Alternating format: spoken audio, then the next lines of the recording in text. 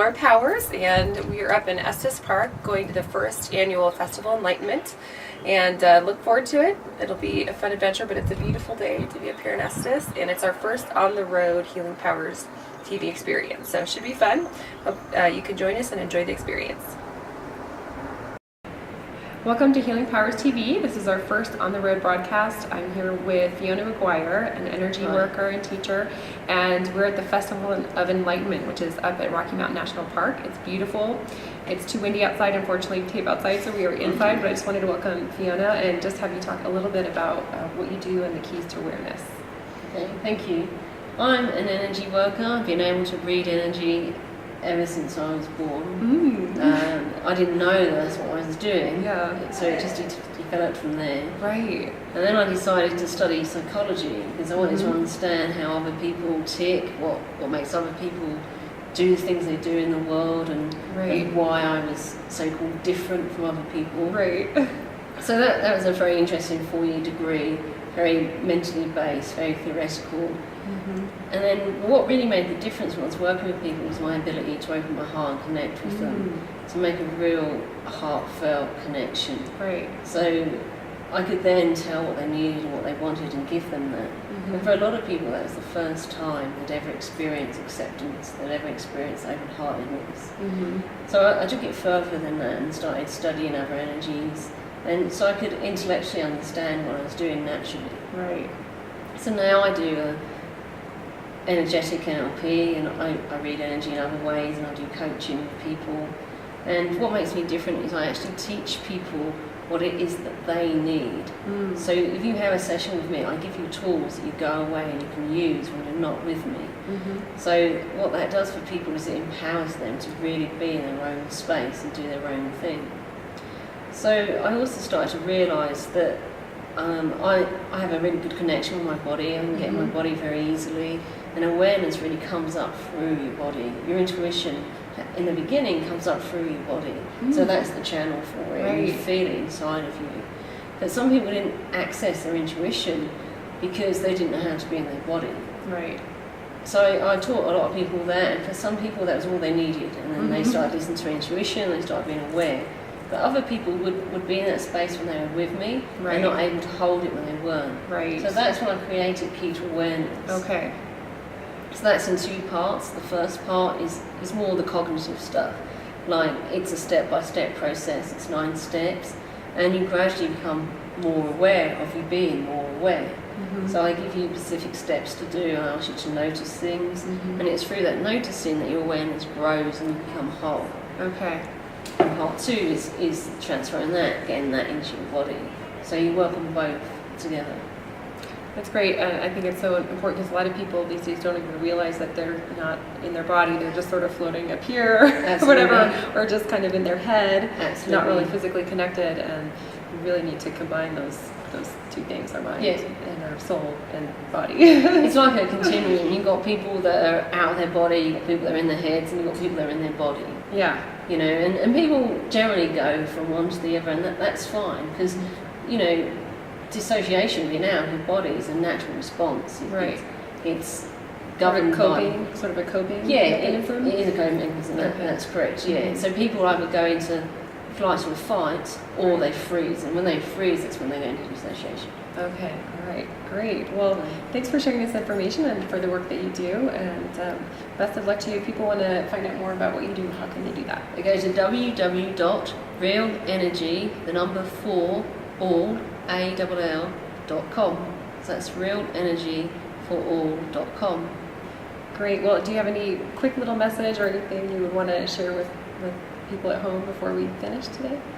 Yeah, for people to protect themselves from other people's energies, the most important thing is to be in your own body and to know what your energy feels like. And then instead of just setting up a bubble, you actually know where your energy field is and where it ends. So you can have it close or you can have it further away. And if you ground yourself in that, then you're naturally protected because you know what's yours and you know what other people's, so you don't have to take on other people's energy. And there's exercises like that available free on my energy website. Okay, great. Those are some really wonderful tips. Well thank you for that great information. My pleasure. Thank you very much. All right. Bye, everyone. Bye. Welcome to Healing Powers TV. This is Laura Powers, and we are here on the road at the Festival of Enlightenment, which has been fantastic. And I'm pleased to be here with Bill and Jan Moore, who are the founders and creators of the festival, up here at Estes Park in Rocky Mountain National Park. So thanks so much for being on the show. And I'd love it if you could talk about what the festival is, like how you guys got into this, and just let the audience know what it's about. Okay. Okay, fine. And well, Laura, we got into it. I moved over to Britain for 14 years, and during that time, I met Jan, and we kind of met through a mentoring program I was doing with Jan. And when I did the mentoring program with Jan, after we went through it long distance across England, we got together one day to work on some specific details. And when we got together that day, gave each other a big hug, we realized that we just actually, during the hug, realized from a quantum physics perspective that we were actually one entity. And it was shortly after that we were together, and Jan woke up one morning and had the vision of the conscious business teaching I was doing, that you can't really have conscious business without having conscious people. And she said, we need to not just have a business event, we need to have a festival with music and entertainment. And I went, oh my gosh. And as she unfolded the vision, it became really, really clear that we were doing something that's never ever been done in history, and that was to totally step away from the logic, brain, mind and go with the divine flow. So Jan, why don't you fill in the details? Well, yeah, the vision was really important because it came to me as something that we need to do to really reach as many people as possible, and as part of the global consciousness shift, to really be a catalyst for people, to move them in the direction of consciousness. And this is when the vision came of it, having not only speakers who would be teaching the principles, but also to really be a celebration of human potential and creativity, and open people up to what they're really capable of doing, instead of this very limited view that we're taught in our upbringing that says, you know, only the physical is real, we're very limited, we're powerless, we live in fear. And this was all about freeing people from fear, you know, empowering them, but not only as individuals, but really teaching them what we can collaboratively create through our collective consciousness. So not only were we wanting to change people's individual lives at this very difficult time, but also to make them realise how we can collectively set our intentions and make even the smallest changes in our lives that has a really massive impact collectively on the world.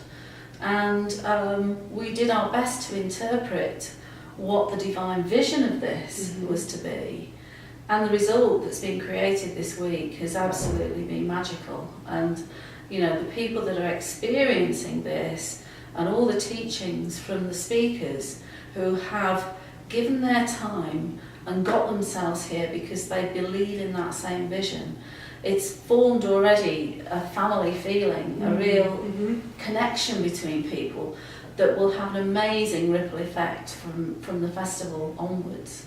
Yeah, already, I actually just arrived today, but I've already met so many people from all over the world, and yeah, you create this bond and this synthesis, and I think that just helps to bring the world closer together, so to speak. Yes. You know, this is about a massive paradigm shift. There's a lot of people out in the world who feel very helpless. The darker side of what's going on in the background has actually brainwashed people into feeling very helpless. The quantum physics side of it shows that it only takes a very, very small amount of people with the same intention, and all of the negativity will actually just dissolve and fade away. And we're actually seeing that.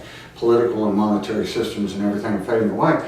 And I think that fear shift now has shifted a little bit to where people are afraid of what the new paradigm looks like. And of course, this is what the festival is helping them understand, is the new paradigm's just fine, everybody's going to be okay, we're all going to move on, we're just going to see a big positive change in the world over the next couple, 3 years.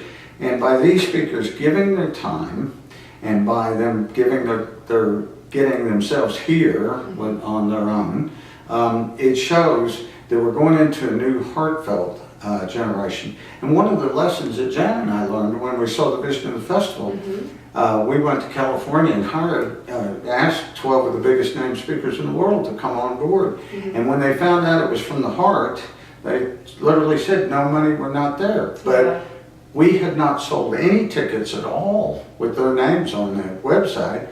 And when these people started coming on, people said, this is very good because it is time for a new transformational and evolutionary leadership. And what we're finding here is we are astounded at the effect these people are actually having. We're really pleased. So one of the important things about this is not just the festival, but it's the way we've created it. Right. We've really co-created this using the principles of everything that's being taught here at the festival, because this is what's given it the power and the impact. If we just created it as a conventional event in the logical way, then it would not have had the power that this has. But we've done this from an impossible situation. People have told us all the way along it was impossible to do. We've done it with no funding. The means to get to where we've got to has just opened up. And the principles that we've learnt in the last year through the creation, it's been like an experiment in co-creation and manifestation. And it's not only led to the festival, but it's also led, for me specifically, but Bill as well, into developing a whole program of coaching and mentoring in how you can apply these principles to what you want to do in life, and that's through our Success Frequency program. And it's been not only a joyous thing in creating what people are now enjoying, but an amazing personal journey in terms of our own journey to consciousness, as we call it. And we're actually going to be publishing a book about the story, which I'm sure when all the details are heard will absolutely amaze people. I think that's wonderful, and I love that people are telling you it's impossible because, well, one of my favorite quotes is, impossible is just an opinion, because it really is. That's just one person saying that something is impossible, and we all prove every day that things other people think are impossible are. So good for you guys. One thing, Laura, I will say, we have literally, and that's why the book's coming out, we have literally seen hundreds of impossibilities turn around instantly when you get out of the logical mind and let your heart just follow the divine flow of the universe. And one of them was less than 5 weeks before this event, our site went completely wrong.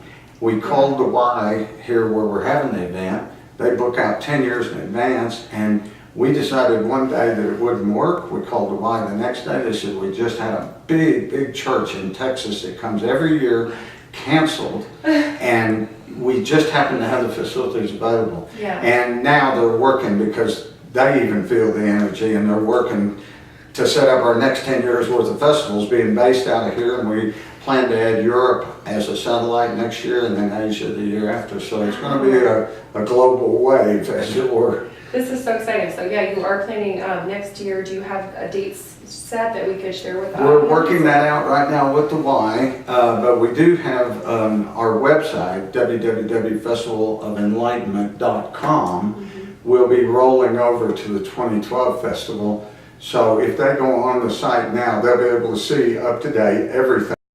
And people here are already talking about coming to 2012. I mean, that is fantastic. They're saying, and not only to attend, but people want to be involved in creating this as well, which is even more fantastic. They've taken ownership of it, which is exactly what we wanted. It's never been our festival. It's always been the people's festival. And now that people have experienced it, they just are coming together in that family that we always envisaged. And that's wonderful. And I love it. I mean, this is, the feeling here is great. Obviously, we're talking about it. So I don't know if you can experience it at home, but it does. It has this very wonderful, co-creative, just very positive feel here at the festival. And not only that, but I mean, it's at this amazingly beautiful place. So just in terms of a place to come, I highly recommend it for those that are watching. So, well, thanks for being on the show. Is there anything else you'd like to share with the audience before we wrap up? I would just say that if they want to keep up with Jan and I personally, to just keep on the web on successfrequency.com. Okay. And if they want to keep up with the festival activities, keep on the web on festivaloфenlightenment.com. And Yeah, and we've actually got a site called Abundance Clubs International where we're actually going to be encouraging all the people that have been to the festival to keep in touch with each other. Oh, yeah, we have great. an online networking site there, and we've just launched off in Birmingham, England, the first of the live meetings that will go with that. So we can keep the energy alive both online and offline. So that'll be circling the globe as well. Fantastic. So anything is possible. Always remember, we started from way behind zero with no resources at all, coming right out of the hospital with acute pancreatitis, coming out of a 24-year negative marriage. She had all the debt. My funder had failed. We said, we've got about $300,000 behind zero. What are we going to do? She went into the office, told the PA, sell it, put everything we own on eBay, sell it, we're going to America to do a festival, and everything is unfolded. As long as we don't let our minds get in the way Yeah. and just go from the heart, it's all happened. Thanks. I think that's a great way to wrap it up, that it's true, it's all from the heart. So Yeah. thanks again. Thanks for Thank you. organizing this, Thank and you. thanks for being on the show. Thank you. Thank you. That's Thank you great. very much, Laura. And thanks for watching. If you want more information on the show and other events, TV shows, and the podcast, you can go to www.healingpowers.net. Thank you. Hi, this is Laura Powers. We have just had a wonderful day at the Festival of Enlightenment. As you can see behind me, it's gorgeous. So I highly recommend doing this or something like it in an area near you. So thanks for watching, and talk to you later.